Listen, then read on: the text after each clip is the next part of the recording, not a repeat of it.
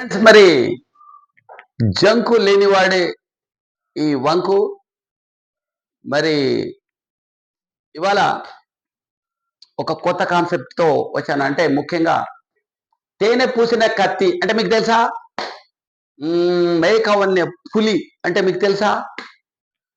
ఆ ఇంకా దుష్మన్న కరే దోస్తుని ఓ కాముకి హండ్రెడ్ అంటే శత్రువు చేయలేని పని ఒక మిత్రుడు చేశాడని.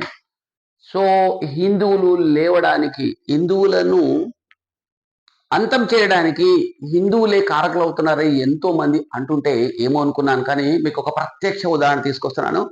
ఇది ఎన్టీవీ తెలుగులో మరి డైరెక్ట్ ఆయన చైర్మన్, అంటే చైర్మనే దీంట్లో ఇన్వాల్వ్ అయ్యి ఆయన ఫీలింగ్స్ అన్ని చెప్పాడు. ఇది ఎలా ఉందో చూడండి ఒకసారి.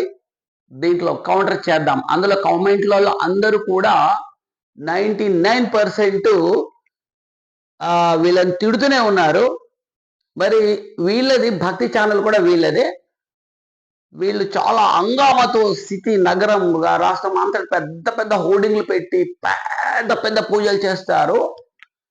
కానీ హిందువుల గుళ్ళను పగలగొట్టిన, తన్నిన, మూత్రం చేసిన, మాంసం ముద్దలేసిన వీళ్ళకి ఒక దోమ కాదు చీమ కరిచినట్టు కూడా ఉండదన్నమాట. ముఖ్యంగా ఎన్టీ వాళ్ళు ఎటువైపు ఉన్నారు?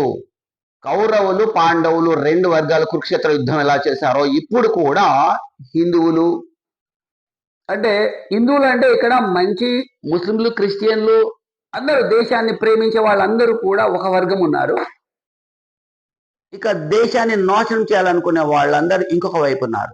వాళ్ళు వైపు కూడా భీష్ముడు, కర్ణుడు, ద్రోణుడు లాంటి వాళ్ళు ఉన్నారు. సో సత్యం తెలిసిన, ధర్మం తెలిసిన వాళ్ళు బయట పడలేని వాళ్ళు ఉన్నారు. వీళ్ళు మిగతా వాళ్ళని కూడా, అంటే వాళ్ళ పదవుల కోసం అటు వెళ్ళారు, అధికారం కోసం అటు వెళ్ళిన వాళ్ళు ఉన్నారు. వాళ్ళు ఇంకా మిగతా వాళ్ళని కూడా లాక్కెళ్తున్నారు. సరే, ఇప్పుడు చూడండి ఒకసారి వినండి, మీకు డైరెక్ట్ వస్తుంది. చెప్పమ్మా. చైర్మన్స్ డెస్క్ అంటుంది. అవును.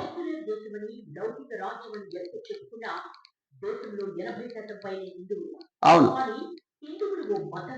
కాదు, జాతి. హిందువులు మతం కాదు, జాతి అనడం ఏంటి? హిందుత్వం భారత రాజ్యాంగం ప్రకారం ఇది ఒక మతమే. మనం కూడా ఒప్పుకోవాలి, ఇది ఒక ధర్మం నాది అంటారు. ధర్మం ఏంటి? ధర్మం కాదు, ఇక్కడ మతమే ముఖ్యం. అప్పుడే కొన్ని హక్కులు మనకు వస్తాయి, ఇతర మతాలకు లేని ఉన్న హక్కులు మనకు పోతున్నాయి. హిందూ ధర్మం, సనాతన ధర్మం ఈ రోజు పుట్టుకొచ్చింది కాదు. వేల ఏళ్ల నుంచి హిందూ మతం ఉంటే ఇప్పుడు బీజేపీ మతం సనాతన వేలేళ్ళ అంటే 5,000 ఏళ్ళ 10,000 ఏళ్ళ నుంచి ఉంది. మరి ఆ రెండు మతాలు కూడా 1000 అంటారు, 1000, 2000. ధర్మానికి కొత్త నిర్వచనాలు ఇచ్చే ప్రయత్నం చేస్తున్నాయి. అలాగే మతానికి రాజకీయాలకు ముడి పెడుతున్నాయి. కొత్త నిర్వచనం ఇవ్వడం చూస్తుందంట బీజేపీ. మతానికి రాజకీయానికి ముడి పెడుతుందంట. మరి గుళ్ళు కొలగొడితే హిందువులు మామూలుగా వెళ్తే వాళ్ళ లాఠీలతో కొట్టి పడేస్తారు. అక్కడ బీజేపీ వాళ్ళు ఉంటే కాస్త అడగలుగుతారు, ప్రశ్నించగలుగుతారు. అధికారంలో ఉంటేనే అక్కడ ఎక్కడెక్కడ బీజేపీ రాష్ట్రం అధికారంలో ఉందో అక్కడనే మదర్సాలను కరెక్ట్గా సెట్ చేయగలుగుతున్నారు, అక్రమ మదర్సాలు అరికట్టగలుగుతున్నారు. ఇంకా ఈ 370 ఆర్టికల్ రాజకీయం ఉంది కాబట్టి అక్కడ ఈ 9 రాష్ట్రాల మైనారిటీ అయిన హిందువుల తరఫు నుంచి కూడా వీళ్ళు అంటే ఎన్నో చేయాలనుకుంటారు, కానీ అధికారం లేదు వాళ్ళకి.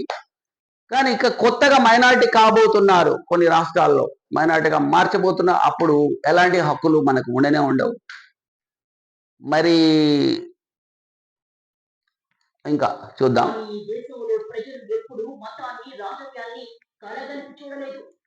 మతాన్ని రాజకీయాలను కలగలిపి చూడలేదు. అందుకే కదా పాకిస్తాన్ విడిపోయింది, బంగ్లాదేశ్ విడిపోయింది, ఆఫ్ఘనిస్తాన్ లాంటి వీళ్ళందరూ కూడా మతం ఏముంది, మతం వేరు, మన రాజకీయాలు వేరు. రాజకీయాలు దేనికోసం ఉన్నాయి?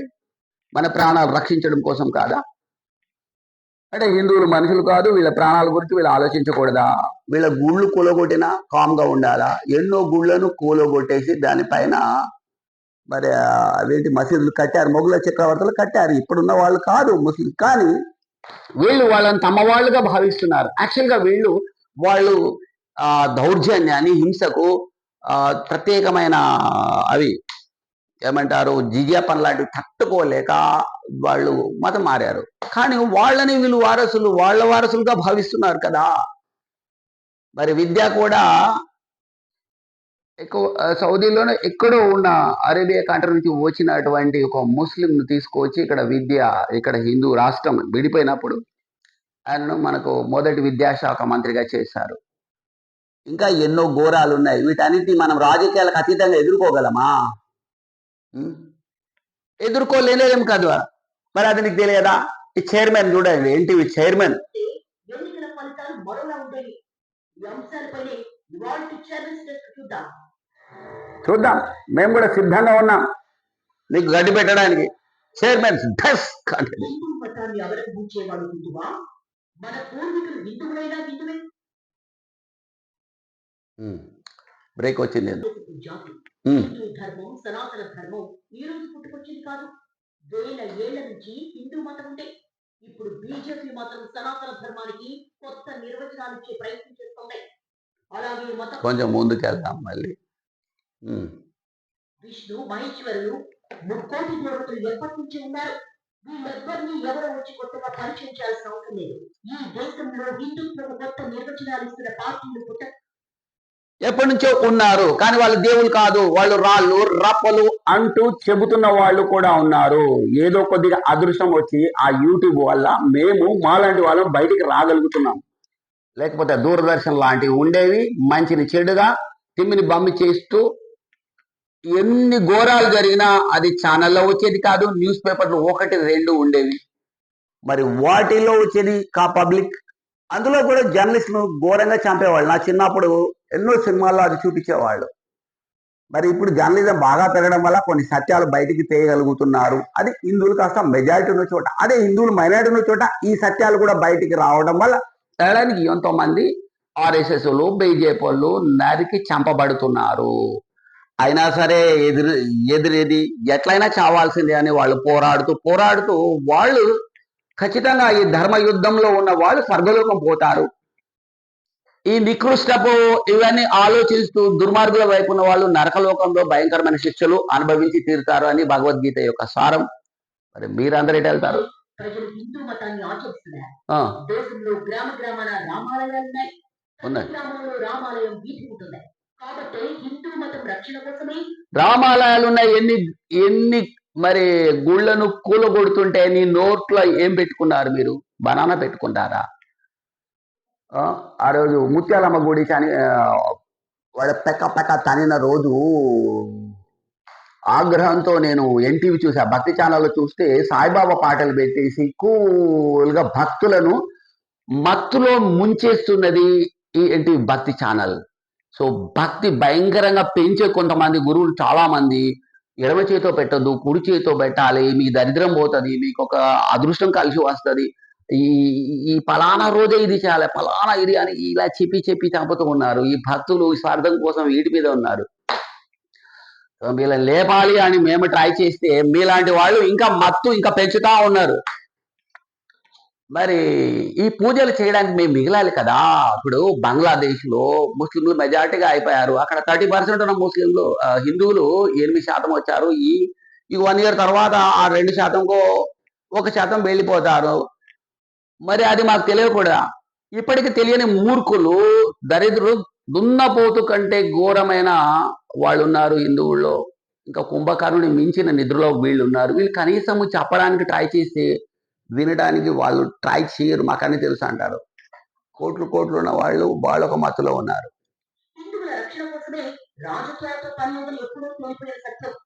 సత్యం అంట. హిందువుల రక్షణ కోసం రాజకీయాలకు సంబంధం లేదట. మరి వక్ఫ్ బోర్డు గురించి బీజేపీ మాత్రమే ఎందుకు కొట్లాడింది? వక్ఫ్ బోర్డు అన్యాయంగా ఎక్కడ తమకు తోచిన భూమి 1000 ఎకరాలు వాళ్ళు స్వాధీనం చేసుకోవచ్చు, గుళ్ళతో సహా అన్నప్పుడు మాకు రాజకీయ పార్టీ గనక లేకపోతే హిందువుల వైపు ఇంకా ఎవరు నిలబడగలరు? బుర్ర ఉన్న వాళ్ళకి ఎవరికైనా అర్థమవుతుంది. ఇది పక్క మోసం పూరితమైన మాట. ఇది రాజకీయాలతో సంబంధం లేదు. ఇలాంటి వాళ్ళని మన హిందువులు ఎక్కువగా ఈ బ్లైండ్గా నేను రాముని నమ్ముతా, కృష్ణుని నమ్ముతా, కానీ నేను ఈ మతంకు వాడుకుంటుంది. వాడుకొని ఏం చేస్తున్నారు? బంగళాలు కట్టుకున్నాడా? వాజ్పేయి పెద్ద బంగ్లాలు, ఇల్లు కట్టుకున్నాడా? కోట్లు సంపాదించకుండా ఇప్పుడు కూడా ఒక రోజు లీవ్ లేకుండా మోడీ పనిచేస్తున్నాడు, యోగి పనిచేస్తున్నారు. వాళ్ళు 24 గంటలు ఈ దేశాన్ని బాగుపరచాలి, ప్రపంచంలో నిలబడటాలని న్యాయం ధర్మం వైపు వాళ్ళు పనిచేస్తున్నారు. మరి హిందువుల ఓట్లు పడకపోతే అట్లా? మిగతా వాళ్ళేమో ఈ డబ్బు ఇస్తాం, ఆ డబ్బు ఇస్తామని, ఈ పథకం అని రెచ్చగొట్టే వాళ్ళకి ఓటేయాలా? వేల సంవత్సరాలుగా ఎన్నో ఆటుపోట్లను ఎదుర్కొని విదేశీ దండయాత్రలు, బలవంతపు మత మార్పులను కాచుకుని కాలానుగుణంగా తనను తాను సంస్కరించుకుంటూ విదేశీ దండయాత్రలు ఎక్కడ తట్టుకుని ఇప్పుడు విదేశీ దండయాత్రలు పెరిగి కొన్ని లక్షల మంది చంపబడ్డారు, హింసించబడ్డారు, గుళ్ళు భయంకరంగా దోచుకోబడ్డాయి, పూజారులను 100 మందిని తలకాయలు నరికి చంపేయబడ్డారు, చెట్లకు కట్టి బలవంతమైన హిందువుగా ఉన్నందుకే ట్యాక్సులు చేశారు. మరి ముస్లింగా ఉన్న వాళ్ళకి ఎలాంటి శిక్షలు లేవు, వాళ్ళు ఏ నేరం చేసినా. అలా ఎన్నో పరిపాలన వాళ్ళు చేశారు. మరి హిందూ రాజులు ఎలా పరిపాలించారు? శ్రీరామచంద్రుడైతే ఆయన ఒక రాత్రి పూట వెళ్ళి తమ ప్రజలు కష్టాలు పడుతున్నారా ఏదో చూసి రమ్మని పంపించేవాడు. వాళ్ళు ఉన్నట్టుగా వచ్చి శ్రీరాముడికి డైరెక్ట్గా చెప్పాలి. అరే వాళ్ళ తిండి లేదా, వాళ్ళకి ఏమి లేదు, అవన్నీ కష్టాలన్నీ వదిలేసి వాళ్ళ మానసిక ఫీలింగ్స్ కూడా తృప్తిపరచాలి. సీత మీద నింద వేస్తే కూడా వాడిని ఒక చిన్న మాట కూడా అనుకోండి, నేను అనుకుంటే ఆయన తలకాయ నరికేవాళ్ళు. అదే మొఘల చక్రవర్తులు అయింటే తన భార్యను వదులుకున్నాడు తప్ప వాడిని శిక్షించలేదు. అంటే ప్రజలను ఎంతమంది చెప్తా, ప్రజల ఆలోచనలు కూడా వినిపించిన వాళ్ళు వీళ్ళు. అర్ధరాత్రి పూట వెళ్ళి ప్రజలు ఏం కష్టాలు అనుకుంటున్నారు అనేది కనిపెట్టాలని ఎన్నో అద్భుతమైన పరిపాలన చేసిన వాళ్ళు. అందుకే రామరాజ్యం అంటాం. ఇక మరి పాకిస్తాన్ ఎందుకు విడిపోయింది, బంగ్లాదేశ్ ఎందుకు విడిపోయింది? అప్పుడు హిందూ పార్టీలు ఏమున్నాయి? కాంగ్రెస్ నమ్మేశారు. కాంగ్రెస్ మనదే కదా, అక్కడ గాంధీ కదా ఉంది. గాంధీ భగవద్గీతను పట్టుకొని వెళ్తాడు, ఏడికి వెళ్ళినా సరే ఓ మనోడే అన్నాడు. ఇప్పుడు ఎన్టీవీ నమ్మినట్టు, ఎన్టీవీ కూడా అది భక్తి ఛానల్ చూసిన వాళ్ళు భక్త మూర్ఖులు అయిపోతా ఉన్నారు. పూజలు తప్ప హిందువులకు ద్రోహాలు జరిగినా, హిందువులు చంపేసినా, హిందువులను ఎన్ని ఘోరాలు జరిగినా, అంటే ఏమాత్రం వీళ్ళు చూపించడానికి ధైర్యం సరిపోదు. చూపిస్తే ఎక్కడ ఆ మతం వాళ్ళు చేస్తారా, ఆ మతం వాళ్ళు ఛానల్ చూడకుండా అవుతారేమో. హిందువులు ఎట్లాగా చూస్తారు, వీళ్ళు గొర్రెలు అనుకుంటారు. ఆ 2 మతాల వాళ్ళు చూడకపోతే ఇది ఛానల్ పాపులారిటీ పడిపోతుంది. వీడికి కావాల్సిన డబ్బు బాగా సంపాదించాలి. ఎంత సంపాదించి ఎడబెట్టుకొని పోతావు? హిందువుల ఉసురు తగలదా? ఎన్ని లక్షల జన్మలు ఎత్తాల్సి వస్తుందో, రోగాలతో ప్రమాదాలు జరిగి చిత్ర హింసను అనుభవించడానికి 1-2 జన్మాల్లో వీళ్ళ పాపాలు పోవు నాన్న. హిందూ మతం గతంలో ఎవ్వరూ హిందూ మతాన్ని వాడుకోవాలని ప్రయత్నం చేయలేదు. ఈ దేశ ప్రజల గతంలో ఎప్పుడు చేయలేదంట ఎవరు హిందూ మతాన్ని వాడుకోవాలని. హిందూ మతాన్ని గాంధీ బాగానే వాడుకున్నాడు. ఆ బుక్ చూపెట్టి నువ్వు కూడా బాగానే వాడుకుంటున్నా. గతంలో ఎప్పుడు వాడుకుని ట్రై చేయలేదట. ఇంకేంటి ముందుకెళ్ళట్లేదు? ఓకే, ఇప్పుడు కూడా కొన్ని పార్టీలు చేస్తున్న హిందుత్వ వాదనకు హిందువులందరూ మద్దతు ఇవ్వడం లేదు. ఆ సంగతి హిందువులు మద్దతు ఇవ్వడము లేదు అంటే వీళ్ళు చీకటిలో ఉన్నారు. ఇలాంటి వార్తలు ఏమి చూడరు, తెలుసుకోరు. వాళ్ళకి ఎంతసేపు ఏ పథకాలు వస్తాయి, తిన్నవా పడుకున్నావా తెల్లారిందా, వాళ్ళు ఒక రౌండ్ గీత గీసి ఆ గరిలోనే బతుకుతూ ఉంటారు. కనీసం రాష్ట్రం విడిచి దేశంలో ఏం జరుగుతుందో కూడా తెలుసుకోరు. కాశ్మీర్లో ఏం జరుగుతుంది వీడికి అనవసరం. వీడు తెలంగాణలో వీని వల్ల ఇంకేమవుతుంది, ఇంకా వీళ్ళైతే అక్కడ. అలాంటి పిచ్చి హిందువులు ఉన్నారు. ప్రపంచంలో ఇస్లాం ఎలా ఉగ్రవాదులు ఎలా పెంచుతుంది, అందులో ఎంతో మంచి వాళ్ళు కూడా ఉన్నారు. కానీ ఈ మంచి వాళ్ళు ఈ చెడ్డ వాళ్ళని తట్టుకోలేరు. అబ్దుల్ కలాం లాంటి మహానుభావులు ఎందరో ఉన్నారు. కానీ ఈ మాస్ లో ఉన్న వాళ్ళను మిస్లీడ్ చేయడం చాలా ఈజీ, రెచ్చగొట్టడం చాలా ఈజీ. వాళ్ళకి ఎడ్యుకేషన్ తక్కువ ఉంటుంది. సరే, వీళ్ళు కూడా హిందువులను, ముఖ్యంగా మన ఇల్లు చక్కగా లేని వాళ్ళని ఏమని లాభం లేదు. ప్రపంచంలో ఉగ్రవాదం వాళ్ళ లక్ష్యం ఏంటి? ప్రపంచం మొత్తం కూడా ఆ మతం గుప్పిట్లోకి రావాలి, ఆ మత పరిపాలనే ఉండాలి. మరి వాళ్ళు ఆడిందే ఆటగా పాడిన పాట కావాలి అనేది వాళ్ళ లక్ష్యం. ప్రపంచ అంతా కూడా షరియత్ చట్టాలే రావాలి, అంతా కూడా ఇస్లాం రాజ్యాలే ఉండాలి. ఇంకేంటి ఇస్లాం రాజ్యాలు అంటే ఆఫ్ఘనిస్తాన్, పాకిస్తాన్ లాగా అనమాట. ఇంకా ఇతర మతంలోనూ విశ్వాసాలు వాళ్ళకి అనవసరం. ఉదాహరణకి ఇప్పుడు భారతదేశంలో హిందువులు పండగల రోజు, ముస్లింలు తిన్నా తినకపోయినా ఉపవాసం ఉన్న రోజు ఏమాత్రం పట్టించుకోరు, ఎవరి ఇష్టం వాళ్ళది అన్నట్టు ఉంటుంది. కానీ వీళ్ళు అలా కాదు. వాళ్ళ రంజాన్ నెలలో హిందువులు తిన్నట్టు ఎక్కడ తెలిసినా దాడులు చేస్తారు. మీరు బంగ్లాదేశ్లో చూడండి, పాకిస్తాన్లో చూడండి, ఇంకా ఇస్లాం దేశాల్లో వాళ్ళ విశ్వాసాన్ని అందరు నమ్మాలి అంతే. నమ్మకపోతే భయంకరమైన శిక్షలు వాళ్ళు వేస్తారు. ఇంకా చూడండి ఎలా హిందువులంతా ఓ పార్టీతో ఓటేయాలనడం, అలా చేస్తేనే హిందూ మతానికి రక్షణ ఉంటుందని చెప్పడం సరైన విధానం కాదు. సరైన విధానం కాదంట. అంటే హిందువులు బీజేపీకి ఓడేయాలని చెప్తున్నారు, అన్నంత మాత్రం వేస్తున్నా కత్తి పట్టి పొడుస్తు నువ్వు వేయాలంటున్నారా? అంటున్నారు వేయాలయ్యా, మీరు హిందువుల కోసం పనిచేసేది ఒకే ఒక పార్టీ బీజేపీ. మరి వేయాలంటున్నారు, అడుగుతున్నారు. మరి ముస్లిం వాళ్ళు ఎంఐఎంలకు చెప్పాలి, మేము వెళ్ళి చెప్తారా? మీరు అట్లా అడగొద్దు, అసదుద్దీను ముస్లింలు అందరినీ నీకు ఓడేయమని చెప్పకూడదు, నువ్వు అన్ని మతాలను చూసుకోవాలి. అట్లాగే ముస్లింలందరూ ఎంఐఎంకు ఎందుకు ఓడేస్తారు? ముస్లిం అంటే మరి ఎవరికి నచ్చినట్టు వాళ్ళు వేసుకుంటారు అని ఈమె చెప్పగలుగుతారు. అలా చెప్తే ఈమె తలకాయని తీసేస్తారని భయం. ఈమెకి చాలా పెద్ద పాపం అంటుకుంటుంది. నేను వాయిస్ ఇస్తున్నా అనుకుంటున్నాడు, చైర్మన్ కదా గ్రేట్ అనుకుంటారు.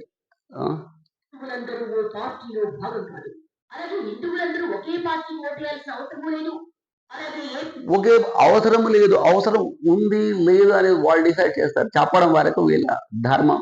భగవద్గీతలో కృష్ణ పరమాత్మ చెప్పినట్టు నీ ధర్మం ఏంటి, వేయకూడదు అనడం ఏంటి? పర్టికులర్గా ఎంత కుట్ర దాగుంది అనేది మీరు అర్థం చేసుకోవాలి. హిందూ పార్టీ కూడా కేవలం హిందువుల పార్టీ మాత్రమే కాదు, హిందువులందరూ ఖచ్చితంగా ఓ పార్టీని, ఓ విధానాన్ని అనుసరించాల్సిన పరిస్థితి లేదు.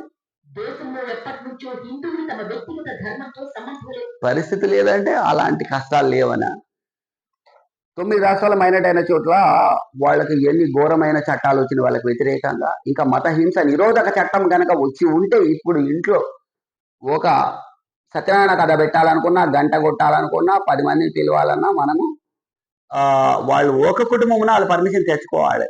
అలాగే వాళ్ళు హిందువుల పైన కేసు పెడితే ఎవరు పెట్టారు కనీసం వాళ్ళ పేరు కూడా తెలుసుకోవడానికి వీళ్ళేనంది కఠినమైన చట్టం తీసుకురాగలిగితే ట్రై చేస్తే బీజేపీ అడ్డుకుంది. మరి అదే బీజేపీ లేకుంటే పోనీ బీజేపీ హిందువుల కోసము పనిచేసేది కాకపోతే ఇప్పుడు దేశం ఏమవుతుంది? హిందువులు కనుక మైనారిటీగా అయిపోతే ఈ దేశం ఆఫ్ఘనిస్తాన్ అయిపోతుంది. హిందువులు కూడా నా మతాన్ని పట్టించుకోకుండా ఆల్రెడీ బ్రెయిన్ వాష్ జరిగిపోయింది. మనకు ఎన్నో సినిమాల్లో కూడా అన్ని మతాలు ఒకటే, అందరూ ఒకటే, మనిషి మనిషి అంటూ ఎంతో మంది చెబుతూ వచ్చారు. అందులోనే హిందువులు ఆల్రెడీ బ్రెయిన్ వాష్ అయిపోయారు. వీళ్ళు మళ్ళా అహంకారము, ఏమన్నా చెప్పడానికి పోతే నాకని తెలుసు అన్నట్టుగా ప్రతి విషయం వినడానికి ఇంట్రెస్టే ఉండదు. నాకని తెలుసు ఇది ఎవడు తగ్గించాలి? కృష్ణ పరమాత్మ చెప్పిన భగవద్గీతను వీళ్ళు చదవరు. భగవద్గీత చదవని హిందువులను లేపడం చాలా కష్టమైన పని. ఇక భగవద్గీత చదివే ఇస్కాన్ వాళ్ళు కూడా చాలా సాఫ్ట్గా తయారు చేస్తున్నారు. రాజకీయాలు మరి వాళ్ళు కూడా పట్టించుకున్నట్టుగా పెద్దగా అనిపించదు నాకు. సామాజిక దేశ ఆర్థిక అవసరాలను దృష్టిలో పెట్టుకుని వేర్వేరు పార్టీలకు మద్దతిస్తున్నారు. అసలు సామాజిక ఆర్థిక దేశం ఏ పార్టీలో అద్భుతంగా ఉంటుంది? డిఫెన్స్ రంగాన్ని చాలా బలంగా చేసింది మోడీ కాదా? ఆర్థిక పరిస్థితి అంటే 11వ స్థానంలో ఉన్న ఆర్థిక పరిస్థితిని 4వ స్థానం, ఇంకా నెక్స్ట్ 3వ స్థానం రాబోతుంది అంటే మరి మోడీ కాదా? ఇవి రెండు చాలా ముఖ్యమైనవి. ఒకటి లా అండ్ ఆర్డర్, అంటే ఉగ్రవాదులు కాంగ్రెస్ ఉండి ఉంటే ఇప్పటికి 100 చోట్ల బాంబులు పెట్టి ఉండేవాళ్ళు, వేల మంది విక్టిమ్స్ అయితే ఈ దేశం ఏమయ్యేది? ఇప్పుడు పెట్టుబడులు వచ్చేవా? అరే నిన్న మొన్న ఇంజనీరింగ్ చేసిన వాడికి 3 లక్షల జీతాలు వస్తున్నాయి శాలరీస్. ఇలా ఉంటే వస్తుందా? బాంబులు పేలుతుంటే ఇప్పుడు ఎవడైనా కంపెనీ ఆఫ్ఘనిస్తాన్లో పెడతాడా, పాకిస్తాన్లో పెడతాడా? ఈ ఇస్లాం కంట్రీస్లో కంపెనీలు పెట్టాలంటే చాలా వణుకుతారు వాళ్ళు. ఎప్పుడు ఎవరు ఇక్కడ ఇరాన్లో ఎలా ఉంటుంది పరిస్థితి? సో వాళ్ళు అభివృద్ధిని కంటే కూడా వాళ్ళ మతానికి భయంకరమైన ఇంపార్టెన్స్ ఇస్తారు. ఒక భర్త చనిపోయి 6 పిల్లలు ఉన్న ఆమె ఆఫ్ఘనిస్తాన్ లో, ఆమె చిన్న కొట్టు, ఒక పండ్ల కొట్టు పెట్టుకుంటే దాన్ని పగలగొట్టి ఆమెను కొట్టి పంపించేశారట. నా కళ్ళు నీళ్ళు ఆగలేదు. ఆ తల్లి పిల్లలు ఇలా బక్కగా మొత్తం స్కిన్ పోయి అంటే లోతుకి వెళ్ళిపోయి బొక్కలు తీసాయి. అందరూ 1, 2, 3, 4, ఒకడు లాస్ట్ పెద్దోడు 12 ఏళ్ళు, వాడే వెళ్ళాలి. అది ఎలా బతకాలంటే ఎలా బతకాలి, అందరూ పాలు ఇవ్వాలి, పాలు అంతమందికి ఏమి ఇస్తుంది, తిండి ఏం పెడతాను, అవన్నీ మాకు తెలియవు. మా పుస్తకంలో, మా పవిత్ర పుస్తకంలో ఏముందంటే ఆ అమ్మాయి స్త్రీ బయటికి వెళ్ళకూడదు అంటారు. ఇది ఎంత దారుణం అంటే వాళ్ళు ప్రాక్టికల్ ఏమాత్రం అర్థం చేసుకోరు. అలా ఉంటేనే మేము స్వర్గం పోతాం, 72 కన్యలు వస్తారు, లేకపోతే మేము నరకం పోతారు. నరకం అనేది 70% కాలే మంటలు పడేస్తాడు. కాబట్టి అది ఎట్టి బస్సులో అది ముఖ్యం, ఇవి కాదు అనుకుంటారు వాళ్ళు. సో ఇంకా చూద్దాం ఇమేజ్.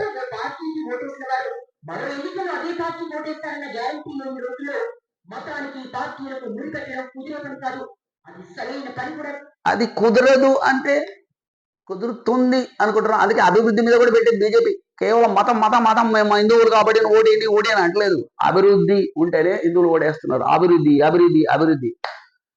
12,000 టాయిలెట్లు కట్టించారు. 50,000 జన్ధన్ అంటే ఈ ఏమంటారు జీరో అకౌంట్లు ఓపెన్ చేపించారు. దేనికోసం మరి? అభివృద్ధి కాదా? ఇళ్ళ దోవి పెట్టుకోవాలి ఆ డబ్బులు ఉంటే. సో వాళ్ళకి గుర్తింపు ఇచ్చింది. మరి ఇన్ని టాయిలెట్లు కూడా అభివృద్ధి కోసం కాదా?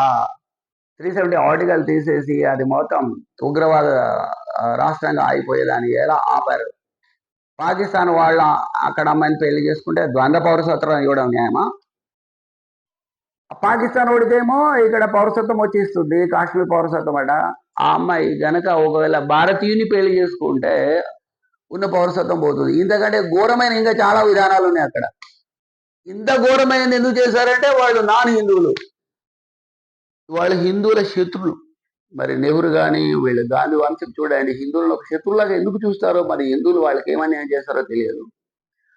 సో ఫ్రెండ్స్, మనం ఒకటి గుర్తుపెట్టుకోవాలి, మనవాడై ఉండి కూడా మనకు అపకారం చేస్తే వాడు అంతు చూడాల్సిందే. అలా అయితేనే మనం బతుకుతాము, లేకపోతే మనం ఇంకా మన అంతం. చాలా మంది అంటారు, ఎందుకు వాళ్ళు అంతైనా మేము ఉండగలిగినాం అనుకుంటున్నాను. నిన్ను నీ వరకు ఆలోచించకు. ఒక్కొక్క రాష్ట్రం చూడు, కేరళ ఏమైపోయింది, వెస్ట్ బెంగాల్ ఏమైపోయింది. వెస్ట్ బెంగాల్ ఎంత హిందువులు బ్రెయిన్ వాష్ చేసేసారు, అక్కడ కమ్యూనిస్టులు ఓట్లు వేయించుకున్నారు 35 ఏళ్ళు. సో అక్కడ అలాగే ఉంటుంది. చెన్నైలో కూడా నేను చూసా, కొంతమందితో మాట్లాడతాను, వాళ్ళ పేరు చూస్తే రామదాస్ అట్లా ఉంటాయి హిందువుల పేర్లు, కానీ వాళ్ళు మొత్తం హిందువులకు ఓటేయరు. వాళ్ళు ఎవరో ఒకటి, వాళ్ళకి అసలు ఇలాంటి బ్రెయిన్ వాష్కి గురైన వాళ్ళు అక్కడ ఏం చేస్తారంటే ఈ నేషనల్ పార్టీ రాకూడదని వాళ్ళు ఆ తమిళ్ పిచ్చిని బాగా ఎక్కిస్తారు వాళ్ళకి బ్రెయిన్కి. ఇంకా చూడండి, హిందూ మతం దేశభక్తిలో దేశంలో అందరికీ మాట ఉంది. ఇది ఏ కొందరికో పరిమితం కాదు. అలా చేయడం కూడా ప్రాక్టికల్ గా కుదరదు. అంతేకాని ఓ పార్టీకి ఓటేస్తేనే హిందువులని దేశభక్తులని ప్రచారం చేయడం అపరిపక్వతే తప్ప మరొకటి కాదు. దేశంలో ప్రజలకున్న పరిమితిని తక్కువగా. ఇప్పుడు ఒక పార్టీకి ఓటేస్తేనే దేశభక్తి ఉన్నట్టు లేకపోతే లేనట్టు అంటే, మరి ఇక్కడ వీళ్ళు భారత్ మాతకి జై అంటాడు. వాళ్ళు అంటారా? కాంగ్రెస్ వాళ్ళు అంటారా భారత్ మాత? ఏ భారత్ మాత కోనే అంటాడు. దానికి మొగళ్ళు ఎంతమంది, అన్నోళ్ళకి వాళ్ళు సహకరిస్తారు. భారత్ మాతకు మూళ్ళు ఎంతమంది? అరే నాయన, భారత్ మాత అంటే తల్లి. ఒక తల్లికి ఏమైనా కష్టం వచ్చిందంటే కొడుకు తన ప్రాణం అడ్డు పెట్టని తల్లిని కాపాడుకుంటాడు. సో మాత అంటే ఇక్కడ ఇప్పుడు బార్డర్లలో మన సైనికులు మరి రాత్రి తెల్లం దాకా పగలు రాత్రి అని చూడకుండా చచ్చిపోతామని తెలిసి కూడా వాళ్ళు ప్రాణాన్ని పనంగా అర్పించేస్తారు భారత మాత కోసం. అంటే తల్లి కోసం అర్పిస్తున్నాను, ఒక అతృప్తి ఉంటుంది. మరి భారత మాత అంటే వీళ్ళు కోపం వస్తుంది. కాంగ్రెస్ వల్ల కానీ ఇండి కూటమి వాళ్ళు అందరు అట్లాంటి వాళ్ళు ఉంటారు.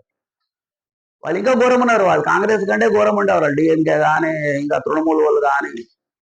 ఇప్పుడు నిజంగా ముస్లింలు డెవలప్ చేస్తారంటే చేయరు. మళ్ళీ ముస్లింలు తెలగానే ఉండాలి. వాళ్ళకి ముస్లింలో ఒక వర్గం ఎవరైతే లీడ్ చేస్తారో పైన ఉండే వాళ్ళని, ఇప్పుడు వర్క్ బోర్డులో టాప్ లో ఉండే వాళ్ళు ఉంటారు, లీడర్షిప్ చేసే వాళ్ళు అందరూ బాగా హై రీచ్ ఉంటారు. మాస్ ముస్లింలను చాలా కష్టపెడతారు. వాళ్ళు ఎలాంటి డెవలప్మెంట్ చేయరు. వాళ్ళు డెవలప్ అయితే మళ్ళీ వీళ్ళకి ఓటేయరు. చదువుకున్న ముస్లిమ్స్ అందరూ కూడా హైటెక్ సిటీలో ఉండాలనుకుంటారు, అభివృద్ధిని కోరుకుంటారు. అభివృద్ధిని కోరుకుంటే వాళ్ళందరూ మళ్ళీ మోడీకి ఓటేస్తామంటారు బీజేపీ. కాబట్టి వీళ్ళు చదువుకోకూడదు. ఇంకా విందా ఎక్కడ మతం వస్తుందో, ఎక్కడ రాజకీయం చేస్తారో, రెండింటికి ఎక్కడ సరిహద్దు ఉంటుందో వారికి బాగా తెలుసు. బాగా తెలుసు అంట, బాగా తెలియడం కాదు. ఎవరు డబ్బులు ఇస్తే వానికి ఓట్లు వేస్తున్నారు. ఇప్పుడు ఫ్రీ అనే కనుక free current, free 500 gas cylinder కానీ, 2500 తులం బంగారాలు ఇవన్నీ ప్రకటించకపోతే, ఈ 2 లక్షల మాఫీ లేకపోతే ఓటేసేవాళ్ళ. వీటి కోసం ఓటేసే వాళ్ళంతా మహామూర్ఖులు. డబ్బులు అన్నీ అయిపోయినాయి. ఇప్పుడు రాష్ట్ర ప్రభుత్వం గుంత ఉందంటే గుంత పూడ్చడానికి డబ్బులు లేకుండా అయిపోయింది ఇప్పుడు రాష్ట్ర ప్రభుత్వం దగ్గర. ఎలా పరిపాలిస్తారు వీళ్ళు? జీతాలు ఇవ్వడమే అతి కష్టం మీద ఉన్నది. అలా ఇవ్వలేకనే కేసీఆర్ ఏం చేశాడు, 58 ఏళ్ళు రిటైర్మెంట్ ఉంటే దాన్ని తీసుకెళ్లి 61 చేశారు. ఇప్పుడు యువకులకు జాబులు వస్తాయా? ముసలోళ్ళేమో 3 ఏళ్ళు మూలుగుతూ పని చేస్తాడు. ఇప్పటికే 50 ఏళ్ళు అయింది. మామూలుగానే ప్రభుత్వం హాస్పిటల్స్ కానీ, ప్రభుత్వ ఆఫీస్కి ఎక్కడికి వెళ్ళినా వాళ్ళు పని చేయడానికి విపరీతంగా అనాసక్తి చూపిస్తారు. పోస్ట్పోన్ మీద పోస్ట్పోన్ చేస్తారు, రెక్లెస్ మాట్లాడుతూ ఉంటారు. ఇంకా వీళ్ళు రిటైర్మెంట్ లో ఉన్న వాళ్ళు కంటిన్యూ అవుతాయి, ఇంకా వాళ్ళకి మడుతుంటది. అదే యువకులకు ఉద్యోగాలు వస్తే ఎంత బాగుంటుంది. వీళ్ళకి శాలరీస్ కూడా తక్కువ ఇవ్వాల్సి ఉంటుంది, ఎక్కువ ఇవ్వాల్సి ఉంటుంది. వాళ్ళు రిటైర్మెంట్ ఉందో శాలరీ 1,00,000, 2 లక్షలు, 3 లక్షలు ఆ రేంజ్లో ఉంటాయి, హైఫై ఉంటాయి శాలరీస్ వాళ్ళకి. ఎందుకు చేసిందంటే వీళ్ళకి డబ్బులు లేకపోవడం వల్ల పథకాలు ఇవ్వలేక కేసీఆర్ అలా చేయాల్సి వచ్చింది. మరి వీళ్ళు ఎన్ని కథలు చేస్తారో చూడండి. ఇప్పుడు ఈ పథకాలు, ఉచిత పథకాలు, ఏమో ఇలా మెచ్చుకోవడం వల్లే ఛానల్ బాగా పాపులర్ అయిపోతుంది. ఇప్పుడు నేనైతే ఉన్నది మాట్లాడుతాను, ఎందుకు యూట్యూబ్ పుణ్యమా అని. యూట్యూబ్లో మనకి మనం చెప్పుకుంటున్నాం, మనం ఎన్ని వ్యూస్ రాని శ్రీకృష్ణ భగవానుడి మీద భారమేసి మనం చెబుతున్నాం. సత్యాన్ని బయటికి తేవడం అనేది మన లక్ష్యం. హిందూ మతం గురించి ఎంత చర్చ జరిగినా, ఎన్ని కొత్త నిర్వచనాలు ఇచ్చినా ప్రజలు మాత్రం సనాతన ధర్మాన్ని తమ పెద్దలు చెప్పిన పద్ధతుల్ని పాటిస్తూ వస్తున్నారు. అంతేకాని ఎక్కడ అయోమయానికి గురి కావడం లేదు. సనాతన ధర్మాన్ని పెద్దలు చెప్పినట్టుగా ఎట్లా వస్తున్నారు? ఇప్పుడు పెద్దలను ఇంట్లో పెట్టి తిండి కూడా పెట్టట్లేదు, రెస్పెక్ట్ ఇవ్వని ఎన్నో కుటుంబాలు ఉన్నాయి. పెద్దలను చంపుతున్న వాళ్ళు ఉన్నారు. చిన్నగా ఒక బోటిల్, ఒక వాడికి మందు కొనియకపోతే, లేక భూమి వాడి పేద లేకపోతే భయంకరమైన అవన్నీ చేస్తా ఉన్నారు హిందువులు కదా వాళ్ళు. మరి వాళ్ళకి పెద్దవాళ్ళ శిక్ష అని, నీతి శాస్త్రాలని ఉండే అవన్నీ తీసి పక్కన పడేస్తారు. ఇప్పుడు ఎలా ప్రచారం వస్తుంది, పాండవులేమో విలన్లంట, ఇప్పుడు కౌరవులేమో చాలా మంచి వాళ్ళు అన్నట్టుగా ఈ కమ్యూనిస్టులు అట్లా కావాలని అలాంటి భావజాలాన్ని పెంచుతున్నారట. రిఫ్లెక్షన్ ఛానల్లో చెప్తున్నాడు ఆయన. అయితే అట్లాగే ప్రతి దేశంలో వాళ్ళ నమ్మకాలను దెబ్బతీయాలంటే ఇక్కడ రావణుడి హీరో చేసి రాముడేమో విలన్గా చేస్తారు. ఇలా అవుతే ఏమవుతుందంటే చెడ్డవాడు హీరో అనుకుంటాడు. గ్రామంలో ఒక గ్రామం తీసుకుంటే అక్కడ ఎవరు దుర్మార్గులో వాళ్ళే హీరోలు. సినిమాలు కూడా ఇప్పుడు అట్లాగే వస్తున్నాయి, దుర్మార్గులను హీరోగా చూపిస్తున్నారు. ఇక సనాతన ధర్మము హిందువులు ఒప్పుకుంటారు, హిందువులో కొన్ని తప్పులు జరిగినాయి. ఇప్పుడు భర్త చనిపోతే భార్యను గుండు కొట్టి తెల్లచీర, ఇవన్నీ కూడా ముస్లిం రాజులు తట్టుకోలేకనే చేయగలిగారు. వాళ్ళు చేశారు అట్లాగా. మరి వాళ్ళు భర్త లేని స్త్రీ అంటే లాక్కొని వెళ్ళిపోయేవాళ్ళు.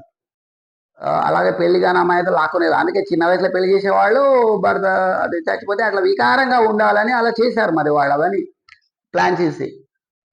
సరే, ఇంకా విందాం.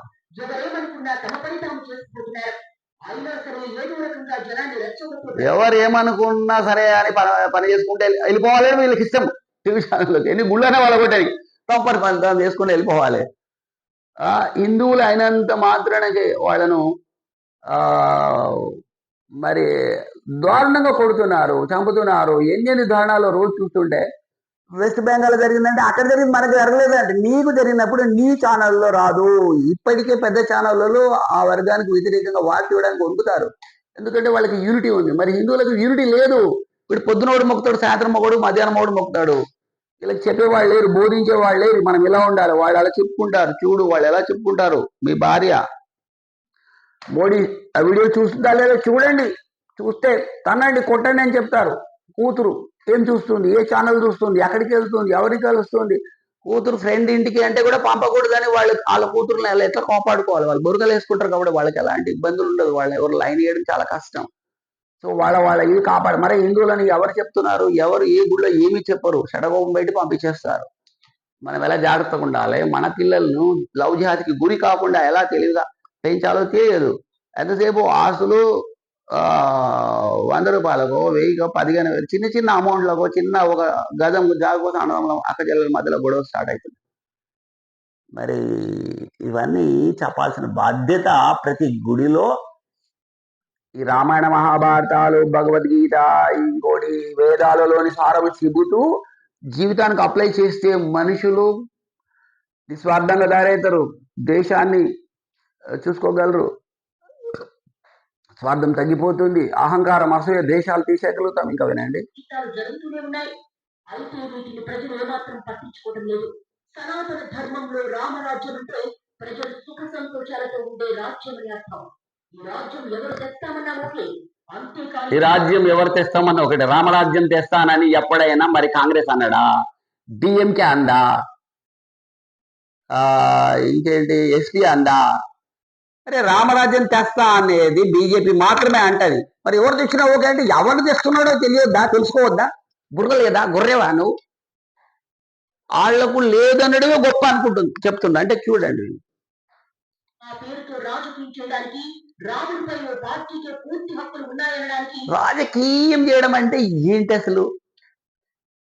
అధికారం పొందడం దేనికోసం? ఆయన చేస్తున్నారు కాబట్టి అడిగారు. హిందువుల కోసం నిలబడింది మరి బీజేపీ కాబట్టి అడుగుతున్నారు. వీళ్ళకే హక్కు ఉందంటే చేయమను. రాహుల్ గాంధీని వచ్చి పూజలు చేయమని ఎవరు వద్దన్నారా? రాముని పొగడమంటే పొగిడితే వద్దని చెప్తారా ఎవరైనా? పొగడమనండి. కానీ వాళ్ళకి ముస్లిం ఓట్లు పోతాయి కదా, క్రిస్టియన్ ఓట్లు పోతాయి కాబట్టి వాళ్ళకి చెప్పలేరు. ఈ ఇండి కూటమిలో ఉన్న వాళ్ళందరూ కూడా హిందూ వ్యతిరేకులు వాళ్ళు. మన రేవంత్ కానీ ఇక్కడ వీళ్ళు పెద్ద పెద్ద బొట్లు పెడతారు, కానీ ఇప్పుడు కేసీఆర్ పెద్ద పెద్ద బొట్లు పెడతారు, గుళ్ళు కూడా కడతారు. కానీ ఇప్పుడు కేసీఆర్ ఉన్నప్పుడు మీరు ఒకటి గమనించండి, ఓల్డ్ సిటీలో ఆయన కొద్దిగా ఈయన కంటే కంట్రోల్ చేసేవాడు, గుళ్ళ మీద దాడులు జరగలేదు, అదొకటి కొంత బెటర్. కానీ ఓల్డ్ సిటీలో ట్యాక్స్ వసూలు చేయలేదు. మరి ఎవరు కట్టాలి? హిందువులే కదా, హిందువులు పడుతుంది కదా. అక్కడ ఉన్న ముస్లిమ్స్ కట్టకపోతే ఇక్కడ ఉన్న ముస్లింలు కట్టాల్సి వస్తుంది, క్రిస్టియన్లు కట్టాల్సి వస్తుంది, హిందువులు కూడా కట్టాల్సి వస్తుంది. కానీ హిందువులు మెజారిటీగా ఉన్నారు కాబట్టి హిందువుల మీద ఎక్కువ భారం పడుతుంది. కరెంట్ బిల్లు వాళ్ళు కట్టకపోయినా, అక్కడ ఇంటి ట్యాక్స్ కట్టకపోయినా వీళ్ళ మీద, ఇక్కడ మనం మన బిల్లు మీద బిల్లు, చిన్న విషయానికి ఫైన్ల మీద ఫైన్లు వేసేస్తున్నారు హిందువులకి. అంటే మిగతా వాళ్ళందరి మీద పడుతుంది. అయితే అది ఎంకరేజ్ చేయడం అనేది ఎంత ప్రమాదం చెప్పండి. కట్టకపోయినా వాళ్ళు ఎంకరేజ్ చేస్తే ఇంకా కట్టే వాళ్ళు కూడా కట్టకుండా తయారవుతారు. ఓకే ఫ్రెండ్స్, ఇంకా చాలా ఉంది, మనకు సరిపోదు టైం. మరి 30 minutes అయిపోయింది కాబట్టి క్లోజ్ చేద్దాం. ఇంకా మిగతాది part 1, part 2, part 3 లాగా అట్లా పెట్టుకుందాం. Thank you. జై శ్రీరామ్, జై శ్రీకృష్ణ.